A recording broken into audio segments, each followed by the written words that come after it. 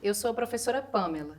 Na aula de hoje, nós vamos falar sobre o romantismo, o seu contexto histórico dentro da Europa. Para isso, eu te convido a vir comigo e a fazer a leitura desse texto que vai aparecer aí na sua tela. Ela é sagrada para mim. Todo o meu desejo emudece em sua presença. Não sei jamais o que se passa comigo quando estou a seu lado. Parece que a minha alma se revolve em todos os meus nervos. Há uma melodia que ela toca ao piano com a força de um anjo, tão sensível e tão espirituosa. É sua área favorita, e ela livra-me de todas as mágoas, de todas as confusões, de todas as manias. Apenas ouço a primeira nota. Este fragmento foi retirado do romance Os Sofrimentos do Jovem Verde, de Goethe, e ele é o romance que dá a introdução aí do romantismo dentro da Europa. É também o livro que vai dar a base do sentimentalismo romântico e do escapismo pelo suicídio. Foi publicado na Alemanha no ano de 1774. É um livro que conta a história do jovem verde que é apaixonado pela Carolina, que por sua vez tem um relacionamento com outro rapaz. E Verde, não aceitando o andamento desse relacionamento, acaba aí por suicidar-se, tirar a própria vida. É importante para a gente saber como que acontecia, como que estava aí a Europa quando essa escola literária ela surge. Né? O romantismo na Europa ele vai surgir no início do século XVIII e vai ali até meados do século XIX. Nós vamos ter aí 4 países onde esse romantismo ele vai ser mais acentuado, que é na Itália, Alemanha, Inglaterra e França. Nesse momento, a Europa está passando ali pela Revolução Industrial e também pela Revolução Francesa. E a Revolução Francesa, com os seus lemas de igualdade, liberdade e fraternidade, vai favorecer aí a implementação desse romantismo dentro da Europa. Outro fator histórico que nós vamos ter aqui também é a queda do absolutismo, dando vez aí ao liberalismo. Vai acontecer o crescimento da burguesia e por conta da Revolução Industrial, da Revolução Francesa, nós vamos ter um processo de industrialização muito acentuado. Então, todos esses fatores históricos vão favorecer essa escola literária, tá bom, pessoal? O romantismo. A gente pode se perguntar, mas como que estava lá a prosa e a poesia na Europa? Olha só, nós vamos ter, como eu já falei para vocês, o Sofrimento do Jovem Verde, né, que é um romance de Goethe, e ele vai dar aí a origem, né, à prosa na Alemanha. Outro também que vai acontecer é a poesia na Inglaterra, com o ultrarromantismo aí de Lord Byron. É importante para a gente verificar que, além dessas obras citadas, outras 3 obras também são muito significativas. Essa que vai aparecer aí na sua tela. Que nós temos Contos de Inocência, de William Blake, Os Miseráveis, de Victor Hugo, muito conhecido, e Os Três Mosquiteiros, de Alexandre Dumas. É importante nós observarmos as principais características dessa escola literária, tá? Do romantismo. A primeira característica que nós temos, ela aparece aí, é a oposição ao modelo clássico. Por quê? Porque o romantismo ele surge em oposição à escola anterior, ou seja, ao classicismo ou neoclassicismo e até como nós conhecemos o arcadismo.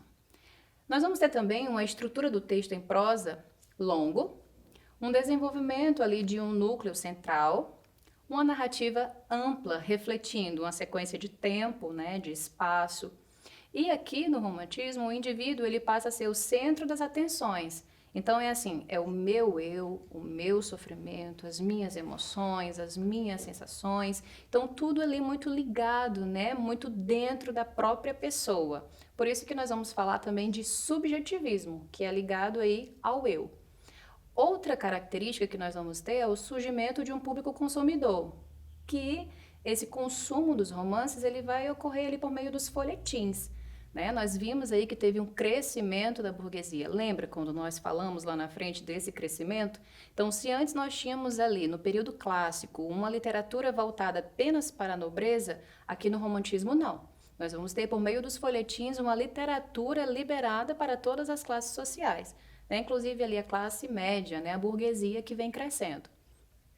Outra característica também dessa estética literária é o uso de versos livres e versos brancos, uma vez que a escola anterior, o classicismo, tinha aí uma forma delimitada de escrever, o que não acontece aqui dentro do romantismo. Seguindo ainda essas características, nós vamos ter a exaltação do nacionalismo, da natureza e da pátria. E aí você pode me perguntar, mas professor, essa característica também não é muito marcada lá no arcadismo? É sim, é muito marcada. Mas essas escolas literárias, quando uma termina e a outra começa, não é de uma forma bruta, não é algo repentino. Então é normal que nós vejamos resquícios na escrita, né, de uma outra escola que antecede a escola atual. Então não se assuste se você aí se deparar com alguma característica ainda do arcadismo dentro do romantismo, tá bom? Então, seguindo ainda essas características, nós vamos ter a idealização da sociedade, do amor e da mulher. E aqui eu abro um parêntese para dizer para você que dentro do romantismo, nós não vamos ter aí esse amor acentuado apenas por ele ou por ela, o amado, a amada. Não. Vai ter aí também um amor muito acentuado pela própria pátria, pelo próprio nacionalismo. É tanto que uma das características também aqui do romantismo é o nacionalismo. Vamos ter a criação de um herói nacional, que daqui a pouco a gente vai falar mais sobre isso, o sentimentalismo e a supervalorização das emoções pessoais, o subjetivismo e egocentrismo, que está muito ligado nessa questão do sentimentalismo, a saudade da infância, porque cresce que as crianças ali, elas não sofrem as agruras, né, os sofrimentos que a vida adulta proporciona, e também nós vamos ter aí a fuga da realidade. Os românticos, eles vão pregar muito essa questão do nacionalismo, né, essa exaltação da natureza, e para isso eles vão criar um herói nacional. No caso da Europa, que é aqui o nosso contexto que nós estamos falando, esses heróis, né, nacionais vão ser belos, valentes, vão ser os cavaleiros medievais ali, que lutam, que batalham, né, que duelam pela sua pátria, né? E aí a questão do nacionalismo mesmo, a minha pátria é a melhor, esse é o meu lugar, eu sou daqui, vou lutar por ela. No caso do Brasil, esse herói nacional, dentro dos romances românticos, vão ser retratados os índios de uma forma bela, valente e também ali civilizada. Outra característica que é muito marcada junto com o nacionalismo é o sentimento romântico. Eles vão ser muito exagerados, muito intensos, aquele amor sofrido, né? A derrota do próprio ego por conta do amor sofrido. Ela não me quer, ele não me quer, e aí por isso eu vou tirar a minha própria vida. E junto com isso vem também a frustração, a questão do tédio. Então nós vamos ter isso muito marcado, certo?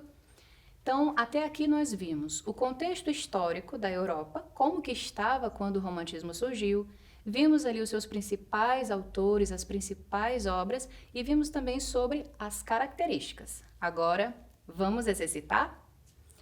Olha só, em relação ao romantismo, é verdadeiro afirmar que foi uma corrente literária A, da segunda metade do século XVII, que se caracterizou pela total obediência às regras vigentes da época.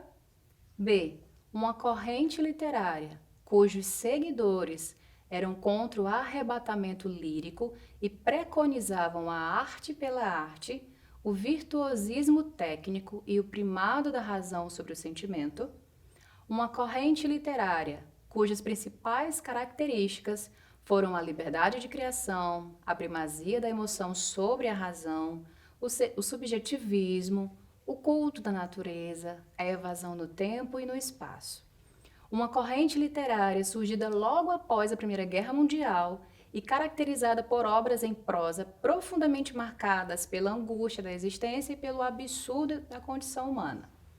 Alternativa E, uma corrente literária extremamente rica, que veio à luz na época do Renascimento e cujas primeiras manifestações revalorizavam os ideais clássicos de beleza, tais como equilíbrio, harmonia e a clareza de expressões. Se você marcou aí a alternativa C, você acertou. É isso mesmo. Por que não pode ser a alternativa A? Olha só, gente, observa. Segunda metade do século XVII. Não, acabamos de falar que o romantismo surge ali no início do século XVIII e vai até meados do século XIX, então essa a gente já descarta.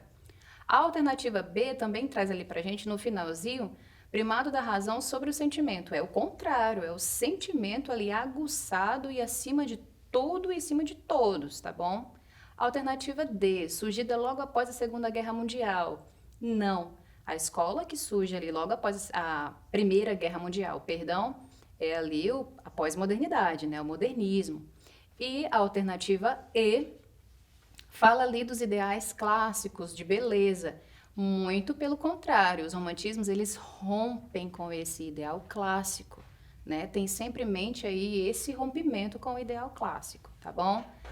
Pelo contrário, os românticos eles vão evidenciar um outro tipo de beleza que não é essa beleza clássica, certo? E agora é a sua vez de exercitar. Aí, na sua casa, pega seu caderno, pega sua caneta, pega seu livro de literatura e vamos estudar. Vamos ler, vamos pesquisar. Eu tenho para você aqui, tá aparecendo aí na sua tela, um texto. Você vai ler esse texto, certo? É uma carta que foi retirada lá dos sofrimentos do Jovem Verde. E você vai, diante desse texto, responder para mim essas duas questões.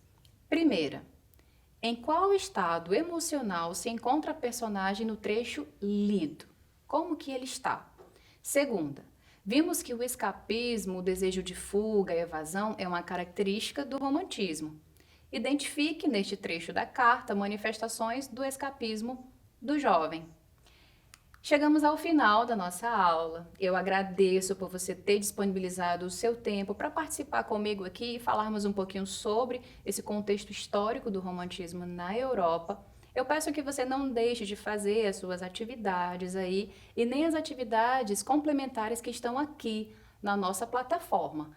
Essas atividades aí, elas vão servir para aumentar o seu repertório de conhecimento. Eu te agradeço e te espero para a nossa próxima teleaula. Tchau, tchau!